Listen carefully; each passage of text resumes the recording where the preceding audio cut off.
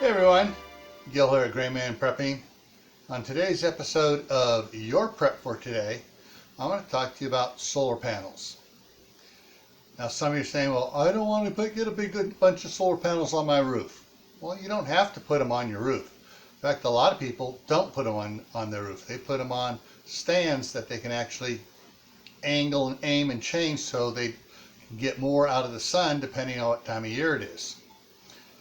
But you don't need to have a lot of solar panels to charge up your house.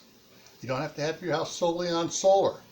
You can have a couple solar panels to charge up the portable power banks or power stations that you're going to use for an emergency.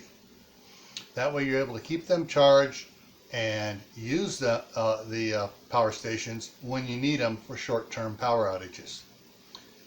But if you're going to go all the way, you can get a couple of the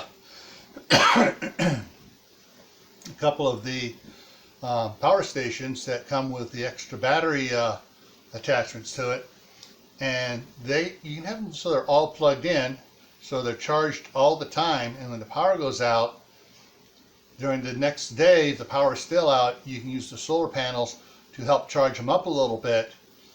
To keep the power up, so you're not running without power up all the way. There are a bunch of different types of systems. The majority of them are 12 volt for the portable power stations.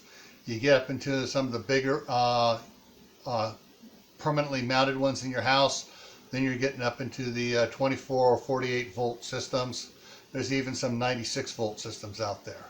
But for most people, the 12 volt system is all you need.